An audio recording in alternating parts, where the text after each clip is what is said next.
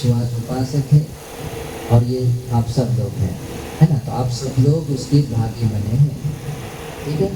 तो ये हो गया मैं शयनासन के बारे में, या धर्मशाला बनाने हेतु या जो जगह दान देने हेतु जो जिन लोगों ने योगदान दिया है उन लोगों को क्या मिला है इसके बारे में बताया गया विस्तार है, ठीक है।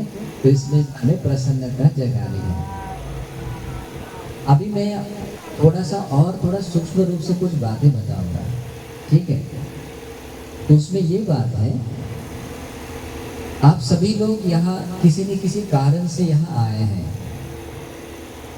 यानी कि यहाँ भगवान बुद्ध है धर्म सुनने के लिए, ध्यान साधना करने के लिए, तो किसी भी उद्देश्य से आप यहाँ आए हैं।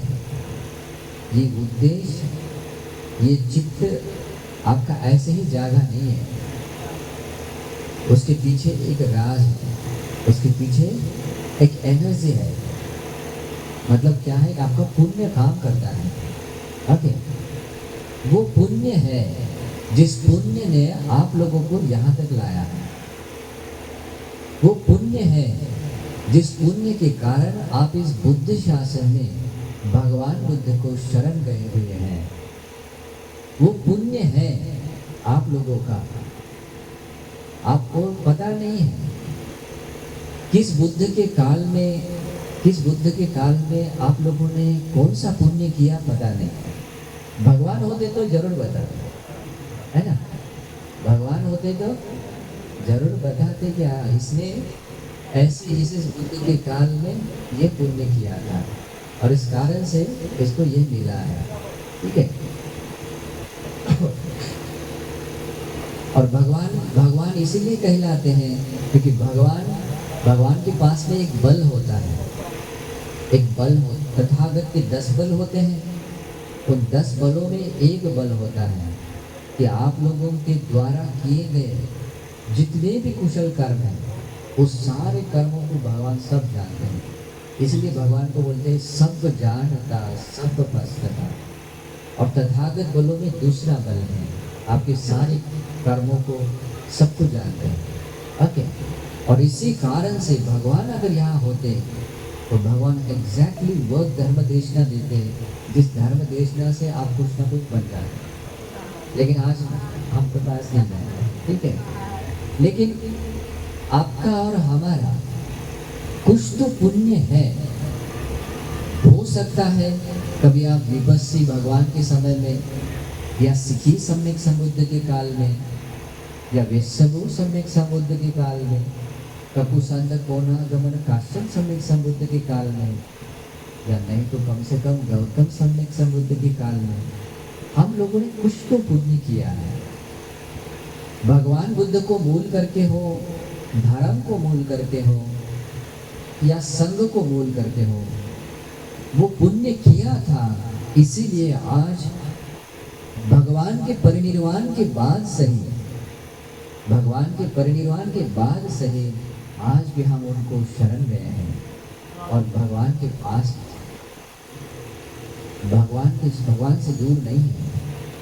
ये हम लोगों का पुण्य है और इसीलिए भी प्रसन्न होना चाहिए कि ऐसा पुण्य हमारे पास में है। अब इस मिले हुए सौभाग्य को हाथ से गंवाना नहीं। ये सौभाग्य सबको नहीं मिला और सबको मिलना संभव भी नहीं है। ये संसार बहुत डेंजर है, ओके। आप लोगों ने कभी सोचा नहीं होगा, लेकिन मैं सोचता हूँ उस लेवल का, ओके, कि वो ये जो क्षण संपत्ति है, ये जो अपॉर्चुनिटी है, ये कितनी दुर्लभ है, बहुत दुर्लभ है, सोच नहीं सकते। जैसे मैं कहता हूँ, अपने गौतम बुद्ध से पहले भी देखो सैकड़ों बुद्ध होकर चले गए, सैकड़ों सम्यक संबुद्ध आए। उनमें से कम आप लोगों को 28 बुद्धों के नाम तो पता है ना, कभी सुने हैं? जैसे मैंने कुछ अभी 7 सम्यक संबुद्ध के नाम बताए, तो वैसे ही कम से कम बुद्धों के नाम तो पता है। उन सभी सम्यक संबुद्ध के काल में हम संसार में नहीं थे, ऐसा था क्या? नहीं, हम कहीं ना कहीं थे, हम कहीं ना कहीं थे, लेकिन उन भगवान को हम समझ नहीं सके, उन भगवान को हम देख नहीं सके। अगर उन भगवान को हमने पहचाना होता तो आज हम यहाँ नहीं होते, है ना।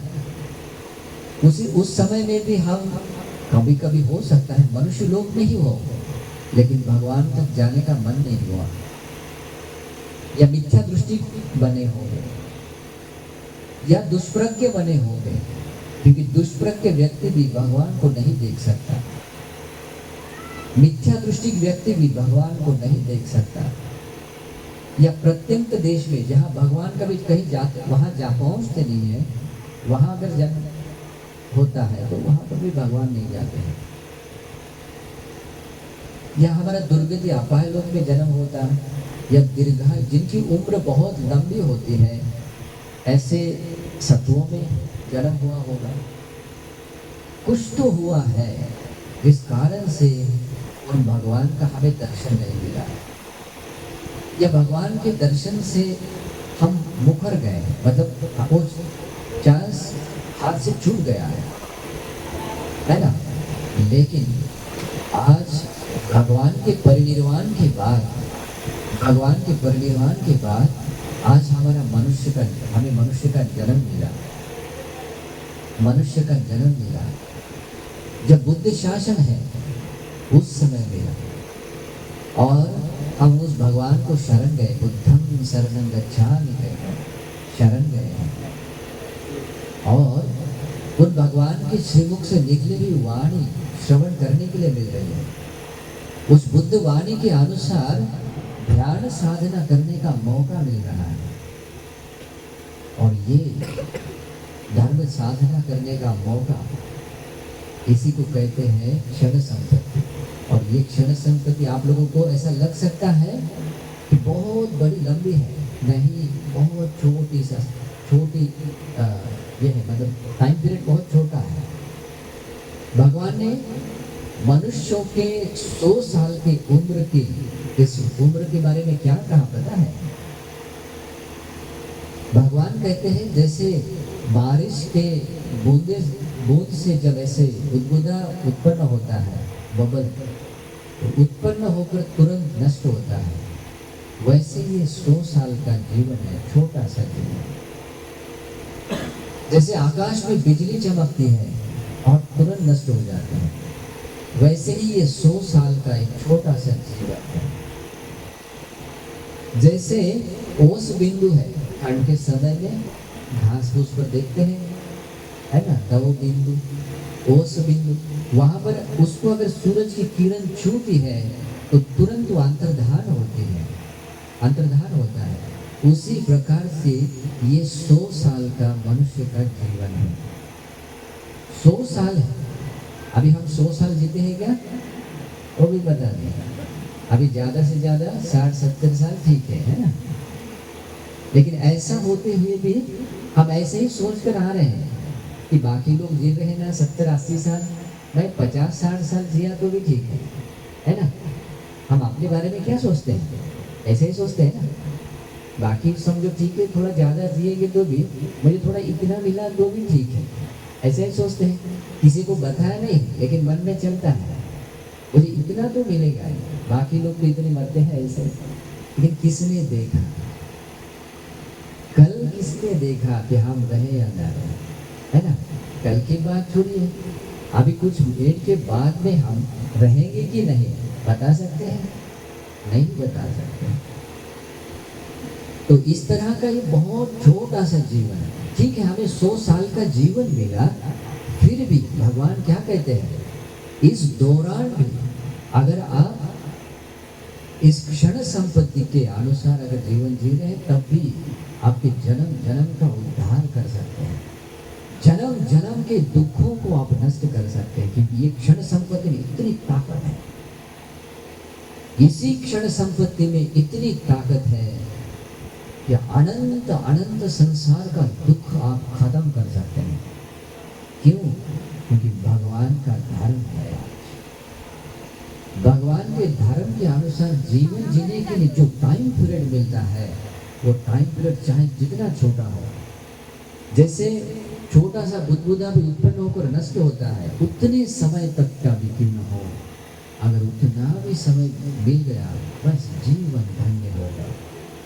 तो इसीलिए भी इस संधि को, इस अवसर को, इस मौके को हाथ से गंवाना नहीं है।